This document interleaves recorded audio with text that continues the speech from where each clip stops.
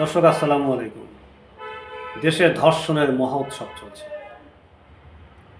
নর্তকীরা কেঁদে যারে যা কি, তাই তো? গত কয়েকদিনে সে নির্বাচনের পর থেকে শুরু হয়েছিল সহিংসতা, সন্ত্রাস, চাঁদাবাজি বিভিন্নভাবে দেশে। কিন্তু ইদানিং হঠাৎ করে ধর্ষণের পরিমাণ খুব বেশি বেড়ে গেছে। সবচেয়ে লোমহর্ষক বিভীষিকাময় ধর্ষণ চলছে। একটি কিশোরী মেয়ে, সে এখনো দুনিয়া বোঝে না, সে এখনো যৌবনে পদার্পণ করতে পারেনি, পূর্ণতা পায়নি যৌবনের। সেই মেয়েটাকে পালাক্রমে যুবদলের না ছাত্রদলের সম্ভবত কয়েকজন যুবক মিলে একসাথে ধর্ষণ করল। পালাক্রমে গণধর্ষণ, মহোৎসব করলো, আনন্দ উৎসব। তারপর যখন এই গরিব অসহায় ব্যক্তিটি বিচার প্রার্থী হলো, কার কাছে বিচার প্রার্থী হলো? সেই রাজার কাছে যে রাজার ছেলে ধর্ষণ করেছে, বিএনপির ওই গ্রামের সহসভাপতি। বাহ, মনে হচ্ছিল যে সেই খলিফা ওমরের মতন ঘটনা মনে ঘটবে। এক ইহুদি ওনার কাছে বিচার প্রার্থী হয়েছিল, তারপরে নিজের ছেলেকে তলোয়ার দিয়ে কেটে হত্যা করেছিল। এরকম একটা কাহিনী শুনি না আমরা, খলিফা ওমর না সম্ভবত কি এরকম কোনো এক রাজার আর কি, যা আমার মনে পড়ছে না, সম্ভবত এরকম একজন ব্যক্তি। তো আমরা খুব সেরকমই আশা করেছিলাম বিচার হবে, কিন্তু কি হয়েছে? তাদের বিচার হয়নি, বরং উল্টো এই ভিকটিমকে গ্রাম ছেড়ে বের করে দেওয়া হয়েছে। তাদেরকে বলা হয়েছে গ্রাম ছেড়ে চলে যেতে। যারা ধর্ষণ করেছে তাদের কাছ থেকে টাকা খাওয়া হয়েছে শুনেছি আমরা, যেহেতু প্রমাণিত নিউজ হচ্ছে।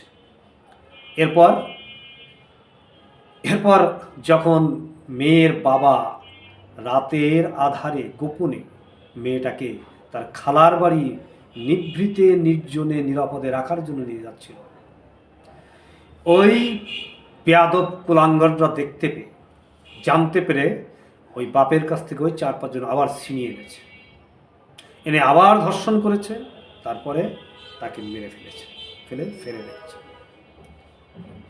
কি পৈশাচিক দৃশ্য না?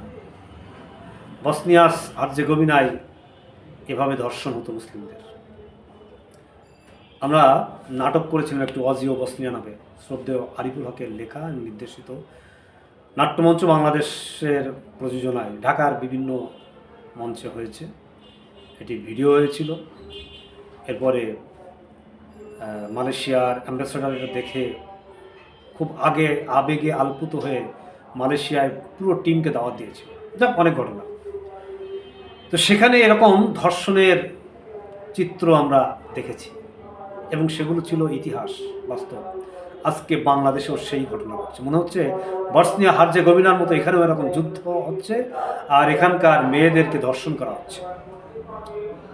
এই সরকার আসার পরে এই গতিটা অনেক বেড়ে গেছে হঠাৎ করে। কিন্তু মজার বিষয় হলো, তাদের উদ্ধারের জন্য প্রধানমন্ত্রীর ফোন যায় না। শুনলাম কয়েকদিন আগে প্রধানমন্ত্রী তার সচিবালয়ের এক কর্মচারীর ছেলে নিখোঁজ হওয়ার পর ফোন দিয়েছে, সঙ্গে সঙ্গে এডিসি মাসুদ তাকে খুঁজে বের করেছে। খুবই দেশে ভাইরাল হয়ে গেল মিডিয়ায়, প্রধানমন্ত্রীর ফোনের সঙ্গে সঙ্গে খুঁজে বেরোলো। তো প্রধানমন্ত্রী একটা মেয়েকে ধর্ষণ করলো, এতদিন পর পার হলো, তারপরে আবার তাকে আবার ধর্ষণ করলো, তারপরে মেরে ফেললো। প্রধানমন্ত্রীর ফোন সেখানে গেল না। প্রধানমন্ত্রী দরকার নেই, কোনো মন্ত্রীর ফোন তো সেখানে গেল না। ওসিও চেষ্টা করলো না তাকে রক্ষা করার, ডিসিও রক্ষা করার চেষ্টা করলো না। খুবই আজব ব্যাপার না? তাহলে কি কয়েকদিন আগে এই যে ডিসি মাসুদ যে অপকর্ম করেছিল রমনায়, অর্থাৎ স্টুডেন্টদের উপরে যে আঘাত এনেছিল, সেটাকে ধামাচাপা দেওয়ার জন্যই কি তাকে হিরো সাজিয়ে কাজটি করা হলো? প্রশ্ন তো আসতেই পারে। আমরা জানি না, প্রশ্ন তো করতেই পারি।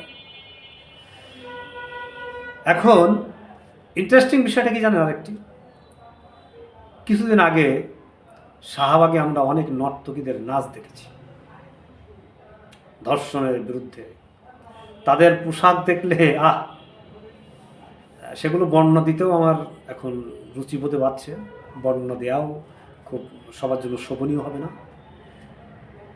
যাই হোক, তেমনি পোশাক পরে যারা এসেছিল একেবারে নর্তকীর কাছাকাছি, তার চেয়ে কম বেশি তারা কম না, কাছাকাছি কেন বেশি। তারা মিছিল করেছিল জামাতের আমিরের বিরুদ্ধে। কেন? জামাতের আমিরের ফেসবুক স্ট্যাটাস থেকে নির্বাচনের আগে একটা বিশাল মেসেজ গিয়েছে নারীদের সম্পর্কে, নারীরা তাতে অপমানিত হয়েছে।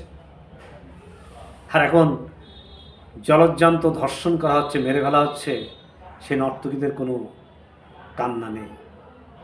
তারা এখন গুমড়ে গুমড়ে কাঁদছে আঁচলের তলে। বেশি না এরকম মনে হচ্ছে না? আসলে কি তাই? না, আসলে তাই নয়। এদের আসলে মনুষ্যত্ব বলে কিছু নেই, এরা কোনো মানুষ জাতি বলে কিছু না।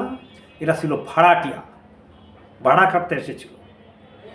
ধরা পড়ছিল, অনেকে বলছিল যে আমাকে টাকা দেওয়ার জন্য নিয়ে আসছে, অর্ধেক টাকা দিয়েছে, অর্ধেক টাকা দেয়নি, এরকম অনেক কিছু হচ্ছে। শাহবাগের সেই শাহবাগী, কথিত শাহবাগী যারা বামপন্থীরা, যারা কথায় কথায় একেবারে মেয়েদের অধিকার নিয়ে, নারী অধিকার নিয়ে ঝাঁপিয়ে পড়ে, জামাতে কেন নারী প্রার্থী দেয়নি সেটা নিয়েও ঝাঁপিয়ে পড়ে, আজ তারা নারী অধিকার কোথায়? ঢাকাতে, পুরান ঢাকায় আরেকটি ছোট্ট শিশু ধর্ষিত হয়েছে, কিন্তু মিডিয়ায় ফলো আপ নেই।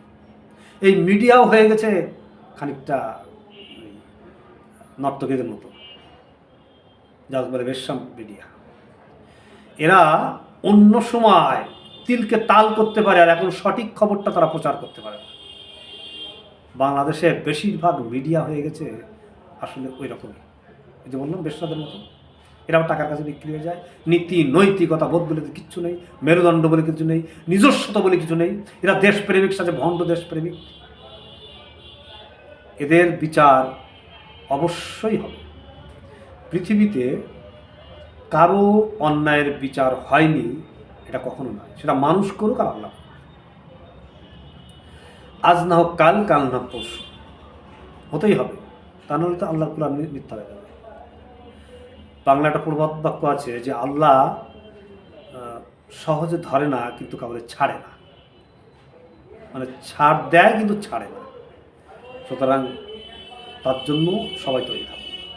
এবং একটা জিনিস মনে রাখবেন, লুত জাতি যেভাবে ধ্বংস হয়েছিল, সেখানে কিন্তু যারা পাপ করেছিল তারাও ধ্বংস হয়েছিল, যারা পাপ করেনি ওই সমাজে বসেছিল, ওই পাপকে দেখেছিল, সহযোগিতা করেছিল, আবার চুপ করেছিল, তারাও ধ্বংস হয়ে গিয়েছিল। পুরো জাতিটাকে আল্লাহ উল্টে দিয়েছিল। তো বাংলাতে যা শুরু হয়েছে তাতে লুত জাতির মতো এরকম ধ্বংস হওয়া খুব বেশি কিছু দূরের বিষয় বলে আমার মনে হয় না। যেভাবে ভূমিকম্প হচ্ছে দেখেন, কোনদিন পুরো বাংলাদেশটাই বাস্ট হয়ে যেতে পারে। আল্লাহ এই জাতিকে হেফাজত করুক, আমাদেরকে এই পাপ থেকে হেফাজত করুক। সকলকে ধন্যবাদ। আসসালামু আলাইকুম। আল্লাহ।